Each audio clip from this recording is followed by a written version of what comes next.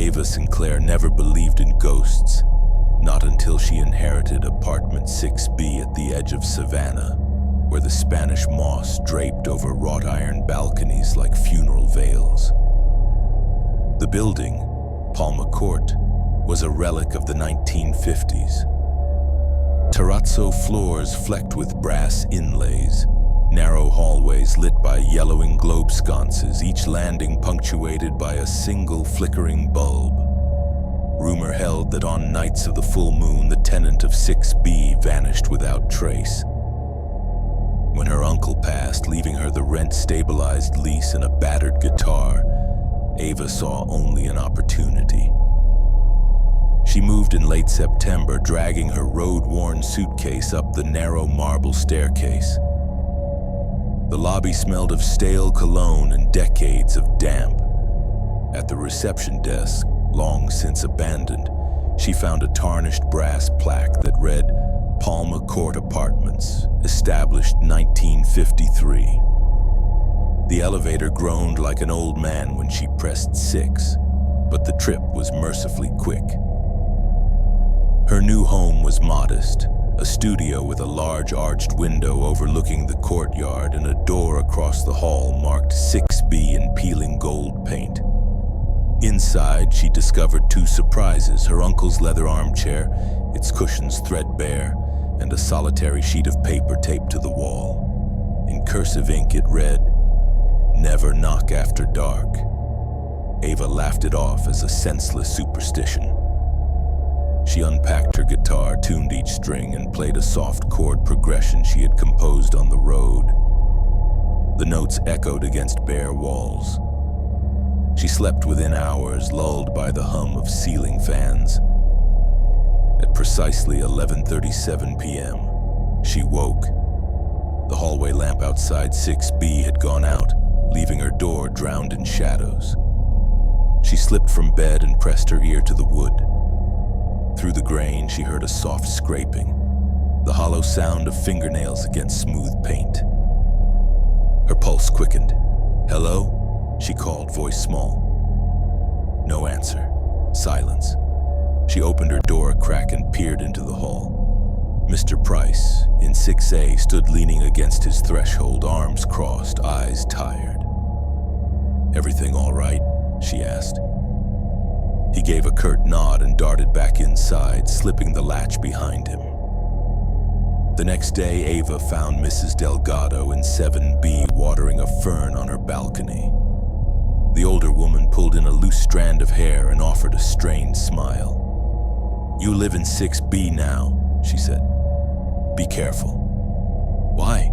Ava asked. "Nights," Mrs. Delgado susurró. "Never go near that door once the moon is up." Ava thanked her, chalking the warning up to elderly eccentricity. But she made a note, "Full moon 2 days hence." Over the following days, she heard muffled sobbing through the wall, a woman's voice at odd hours. Mr. Price had dogs, she knew, but never at midnight. She tapped out a gentle rhythm on the shared wall. The crying stopped.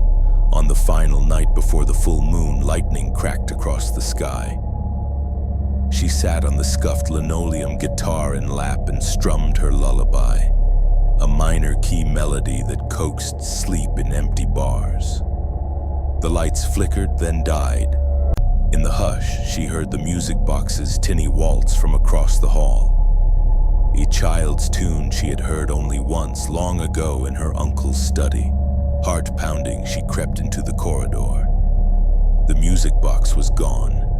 In its place lay an old ledger bound in cracked black leather. She opened it to a page inscribed with names and dates, each crossed out on nights of the moon's fullness. Harold Tate, 1949. Lucille Johnson, 1957. Carlos Vega, 1963. Dozens of entries. The final line, undated, simply read, "Ava Sinclair." Her breath caught. She slammed the ledger shut. The hallway light flared on. In the glow, the door to 6B creaked open a few inches, darkness spilling outward like half-melted wax. She stepped back. full moon rose, casting pale beams through the window of 6B, illuminating the threshold like an altar. She swallowed hard, but her feet moved forward. Inside, the air was stale, heavy with old perfume. The furniture she had placed was gone. Only her uncle's armchair remained, its cushions neatly arranged. On a small oak table sat a music box, its brass lid open, the same lullaby gearing up on a loop. She recognized the worn ballerina inside, its paint chipped, her arms raised in perpetual invitation. Ava reached out. The lid snapped shut. The bulb overhead flickered, then it exploded in a shower of sparks, plunging her into darkness. She groped for her phone. No signal. The hallway lamp outside burned steadily now. She backed against the wall and turned on the flashlight. The beam fell on scrawlings in white chalk along the baseboard. "Welcome home." A chill hand brushed her shoulder. She whipped around. No one. The air smelled sweet, like magnolia blossoms crushed underfoot. The whisper was right behind her ear. "Play for me." She dropped to her knees and reached for the guitar. There, across the fretboard, carved in fine white scratches, were words she had never written. The night of the moon. Her fingers trembled as she strummed the opening chord. The walls responded, creaking, shifting. The room felt alive, breathing with her melody. A pale shape coalesced in the far corner, translucent, dancing to her tune.